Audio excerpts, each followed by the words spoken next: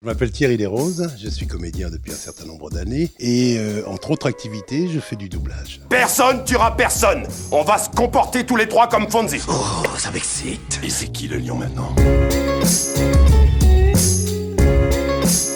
Je vous parle en direct d'un studio parisien où nous faisons la Amazon Dubbing Experience et c'est une semaine de rencontres pour les journalistes et pour les gens du peuple, rencontrer le monde du doublage et découvrir ce qu'est le doublage. Tu me prépares à bouffer, ça n'a rien à voir. La cuisine, c'est un art. C'est un art qu'on maîtrise pas encore. Formidable, c'est ça. Alors la première clé, je dirais que c'est l'écoute. Si on ne sait pas écouter, si on ne sait pas entendre et sentir et comprendre ce qu'a fait l'acteur, on ne pourra jamais le restituer. Donc l'écoute induit l'humilité, parce qu'en fait, on est au service d'une œuvre, et on n'est pas là pour faire ce que nous on aurait fait, mais on est là pour restituer ce que l'acteur a fait ou ce que les acteurs ont fait. Et plaisir. Et plaisir, c'est la base. C'est-à-dire qu'on est là pour s'amuser, quoi. Coupé, fin du premier acte. Ensuite, je quitte vite la scène et je change de personnage. Oh, les enfants! Je suis tellement heureuse de vous voir. Votre maître Pau, ici présent, trépigne d'impatience à l'idée de se retrouver bientôt à mes côtés sur scène. Dans le dessin animé, on a peut-être un tout petit peu plus de liberté de proposition de jeu d'acteur.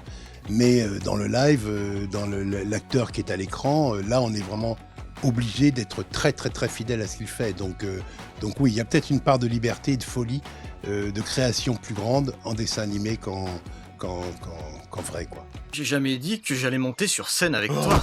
Fiston, c'est super ça. Je n'ai jamais pu assister à tes spectacles de fin d'année. C'est bon, lâche-moi, allez, s'il te plaît. Là, on a fait une scène de Kung Fu Panda et une scène de Modern Love, la série, et c'était vraiment compliqué, mais on s'est vraiment éclaté. C'est une expérience vraiment enrichissante. Je trouve qu'il a vraiment une approche de...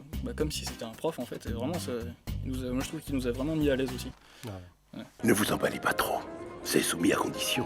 Le film que j'ai préféré doubler, c'est compliqué parce que Samuel L. Jackson est un acteur prolifique. Il a fait 75 films. Enfin, en tout cas, j'en ai doublé 75 avec lui. Il y a quand même un film sur lequel j'ai eu beaucoup de mal et que j'ai adoré. C'était Incassable et ensuite Glace. On dirait bien que les méchants ont décidé de faire équipe. Puis il y en avait un autre qui me plaisait beaucoup. J'ai oublié le titre de ce film. Il y a eu le volet 2 qui est sorti. Kingsman. Voilà, Kingsman. Ça, je me suis beaucoup amusé à le faire parce qu'ils zozotaient. Et comme moi, je suis un ancien zozoteur, j'ai adoré pouvoir zozoter en étant payé. Est-ce que vous aimez les films d'espionnage, monsieur Deville? La vérité de l'acteur, la vérité du sentiment, elle passe par les yeux. C'est-à-dire que pour voir si l'acteur est vraiment dans le sentiment, il faut regarder les yeux.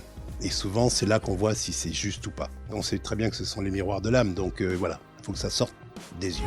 Il faudra demander pardon. C'est un travail que vous devrez faire. J'ai la chance de doubler énormément d'acteurs, tous à forte pigmentation en général, mais ils tournent tous tellement bien que moi je travaille beaucoup et j'ai pas trop le temps d'avoir envie d'autres acteurs.